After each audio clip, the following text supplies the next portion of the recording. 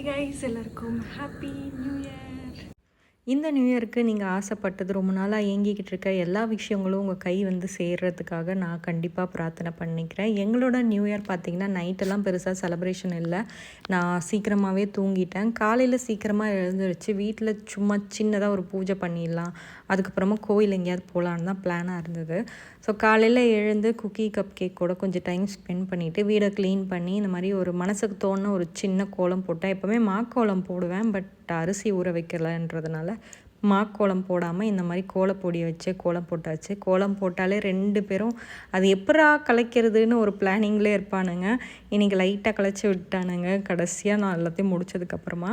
அப்புறம் வீட்டில் சாமிக்கு பூவெல்லாம் வச்சு ஒரு சின்னதாக விளக்கேற்றி பூஜை பண்ணி வீடு ஃபுல்லாக சாம்பிராணி காமிச்சிட்டு நானும் கௌதமும் கோவில் கிளம்பிட்டோம். கோவில் ரொம்ப பக்கம்தான், ஆனால் அந்த கோவிலுக்கு தான் ஃபஸ்ட் டைம் நாங்கள் போகிறோம். நான் எவ்ரி டைம் அந்த கோவிலை க்ராஸ் பண்ணும் போதும் கௌதமிட்ட சொல்லிகிட்டே இருப்பேன், இந்த கோவில் நம்ம ஒரு நாள் போகலான்ட்டு.